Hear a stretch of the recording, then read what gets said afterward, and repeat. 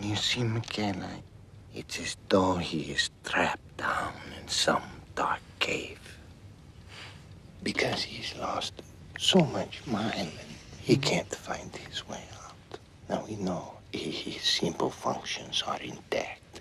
He breathes, he swallows, his heart beats. And from the outside world, he receives sensation, a touch, pain, cold. And here are the primal feelings: fear, hunger, desire. And up here in the neocortex, the higher brain, have been locked here. Or against reason, imagination, memory. The things that make us each ourselves.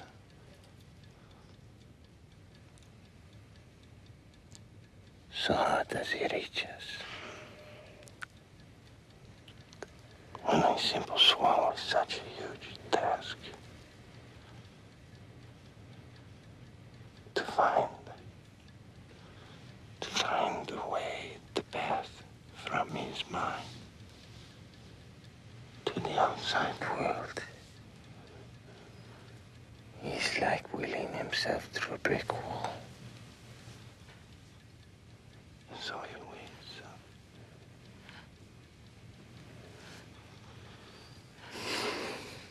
He waits.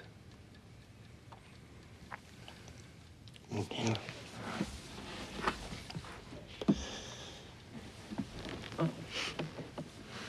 Do you ever think that maybe all this struggle,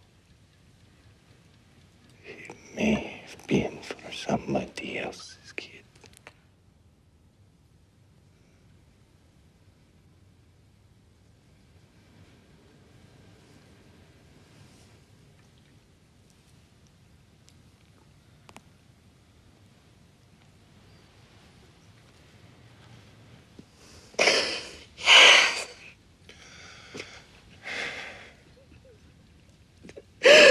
Oh.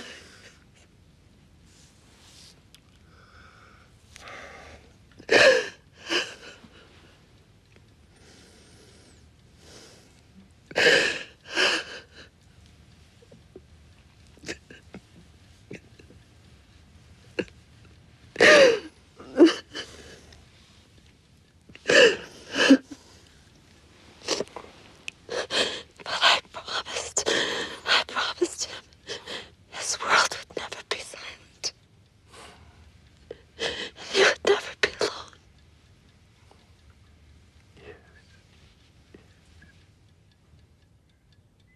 One morning, a little rabbit sat on a bank. He pricked his ears and listened to the trit-trot of a pony. A gig was coming along the road.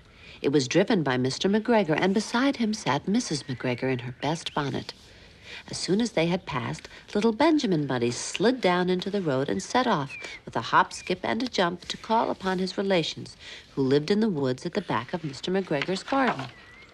That wood was full of rabbit holes, and in the neatest, sandiest hole of all lived Benjamin's aunt and his cousins, Flopsy, Mopsy, Cottontail, and Peter. Old Mrs. Rabbit was a widow. She earned her living by knitting rabbit wool mittens and muffetees. I once bought a pair. What's the matter, my darling? You don't like the story?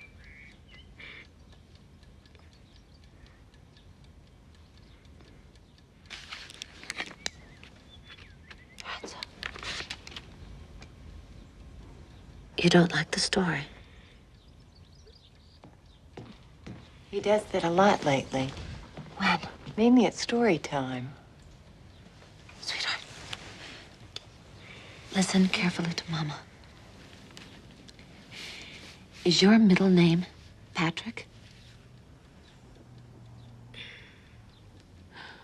No. Is it Peter? No, Mommy. Is it Michael? Michael Murphy. Yes. Yes. Well, you don't know how to say that, do you, my love? Will you teach Mommy how to say no? When you close your eyes, does that mean no? Oh, what an idiot. That was a yes question. All right. You don't want to hear any more Benjamin Bunny, do you? Oh, that's an emphatic reply. Very well, young man. No more Benjamin Bunny. I don't know how Mommy could have been so thoughtless. We're going to take all of these baby books right to the children's hospital. It's time for the big stuff. Something heroic. There you go. You gotta tell us what you want. The once and future king, T.H. White. The boy slept well in the woodland nest where he had laid himself down. At first, he only dipped below the surface of sleep and skimmed along like a salmon in shallow water, so close to the surface that he fancied himself in air. He thought himself awake when he was already asleep. He saw the stars above his face whirling on their silent and sleepless axis, and the leaves of the trees rustling against them. And he heard small changes in the grass. These little noises of footsteps and soft fringed wing beats and stealthy bellies drawn over the grass blades or rattling against the bracken that first frightened him or interested him.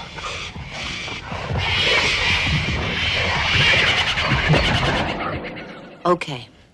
Is it your thumb? Is it your index finger? Your middle finger? Your little finger. It's your little finger. You think you can move your little finger. Okay. Tell your brain to tell your arm to tell your hand to move your little finger. Come on, sweetheart. Tell your brain to tell your arm to tell your hand to move your little finger. Come on, my friend. What a wonderful thing. A yes. And then there'll be a could be and a perhaps and maybe even a shut up, Mommy. But right now we just have to get to yes. So tell your brain to tell your arm to tell your hand to move your little finger. Come on, my love. Tell your brain to tell your hand to move your little finger. Come on, Lorenzo. You can do it, can't you, my friend? You can do it.